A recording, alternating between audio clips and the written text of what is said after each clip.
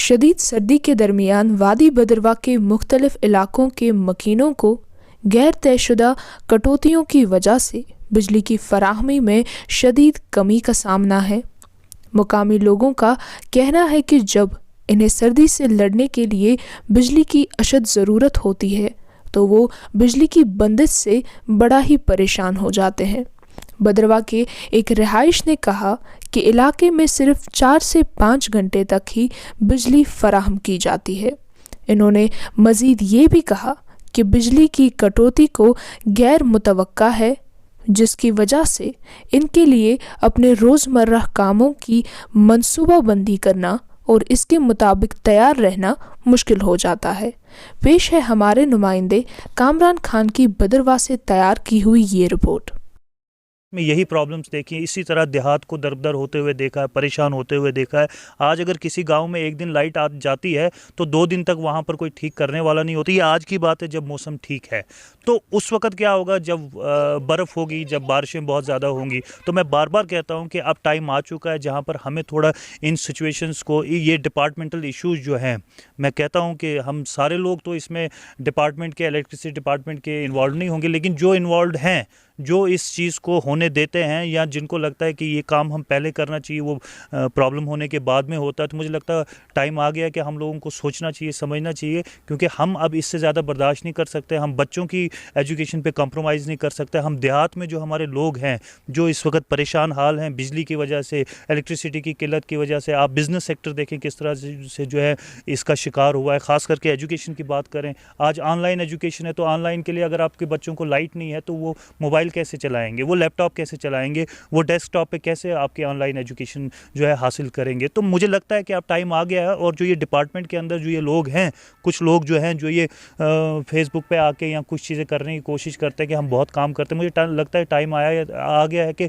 हमें इन अफसरान को, ऐसे लोगों को फिक्स करना चाहिए। हमें तमाम लोगों को सोचने की ज़रूरत है, क्योंकि हम इस तरह खामोश तमाशाई बन के नहीं रह सकते। मुझे लगता है लोगों को सोचना चाहिए। मैं तो आपके माध्यम से तमाम जितने भी हमारे पेरिफेरीज़ में देहात में लोग हैं या म्यूनसिपैलिटीज़ के अंदर लोग हैं, मैं तो ये कहूँगा कि अब टाइम आ गया है कि वो जो कहते हैं कि जब तक बच्चा रोए ना तब तक वो माँ भी दूध नहीं देती। तो मुझे लगता है कि अब इन दफ्तरों का घेराव वगैरह होना चाहिए। अदरवाइज़ ये सिस्टम जो आज धूप के टाइम में, ऐसे मौसम में जो है हमें प्रॉब्लम्स दिखाई जा रही हैं। 7 बजे लाइट आनी होती है, 7 बजे आती है, 7 बजे की 5 मिनट पर गायब हो जाती है। मुझे लगता है कि हमें इन दफ्तरों का घेराव करना चाहिए, हमें इनको अकाउंटेबल बनाना चाहिए, ताकि हमारे जो ग्रास रूट लेवल पे जो लोग हैं, जो देहात में तबका है, जो गरीब बच्चे हैं, गरीब लोगों के बच्चे हैं, या जो हमारे बुज़ुर्ग हैं, या जो ये जो सेक्टर है, बिज़नेस सेक्टर है, इसको जो है पूरी तरीके से एटलीस्ट कहीं ना कहीं जो है एनकरेज करने के लिए हमें इन लोगों के लिए, इन चीज़ों के लिए बाहर आना पड़ेगा। हमें दफ्तरों के घेराव करने पड़ेंगे कम्वर्ट में। फिर क्या होगा? अगर हम नहीं निकलेंगे तो फिर कौन निकलेगा?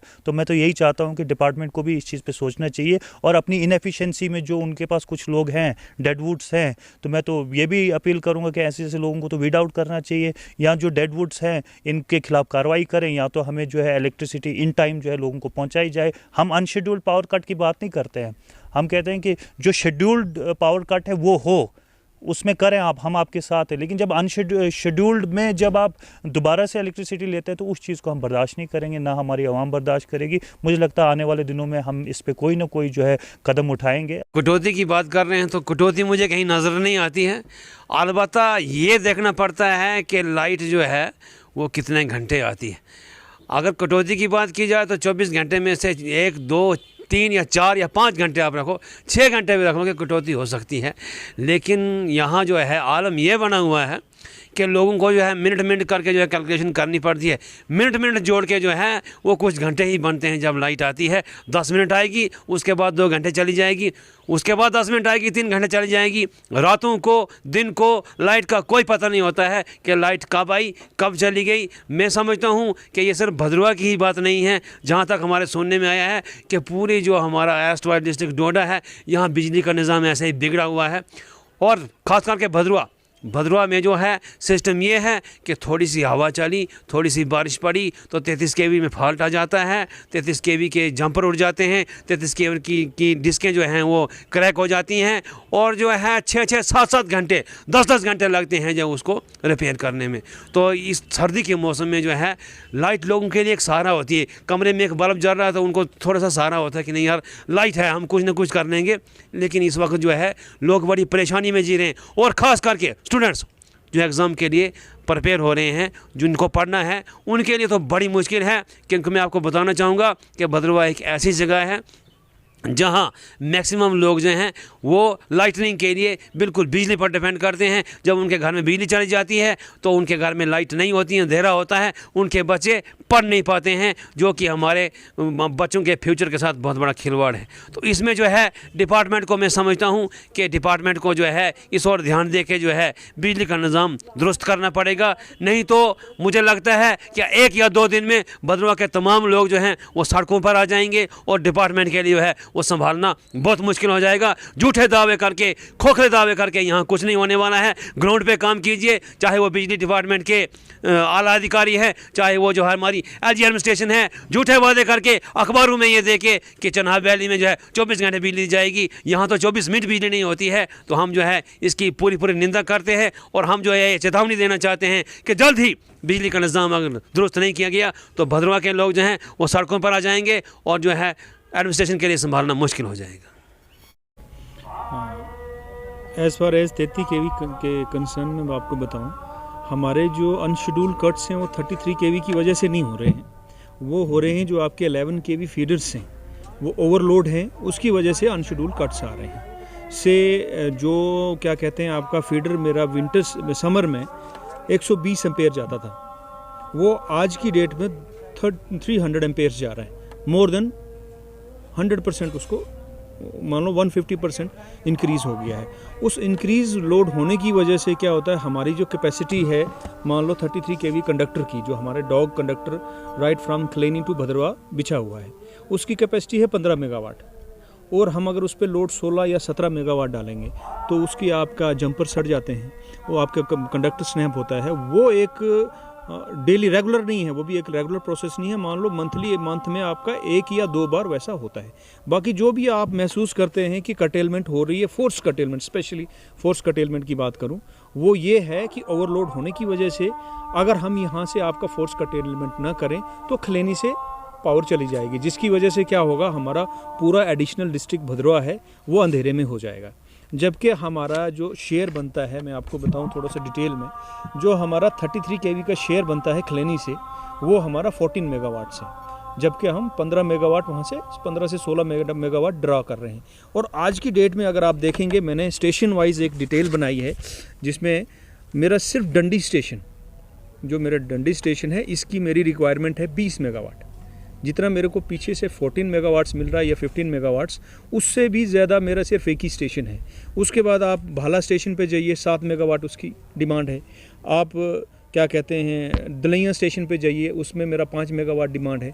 तो टोटल डिमांड जो मेरी बनती है भद्रवा की इंक्लूडिंग आर्मी, तो वो मेरी टोटल डिमांड बनती है 32 मेगावाट्स, जबकि उसके अगेंस्ट मेरे को कितना मिल रहा है आपका 14 मेगावाट्स। तो आप बताइए, जो वो गैप है उसको ब्रिज करने के लिए आपके पास एक ही ऑप्शन है, दैट इज कटेलमेंट।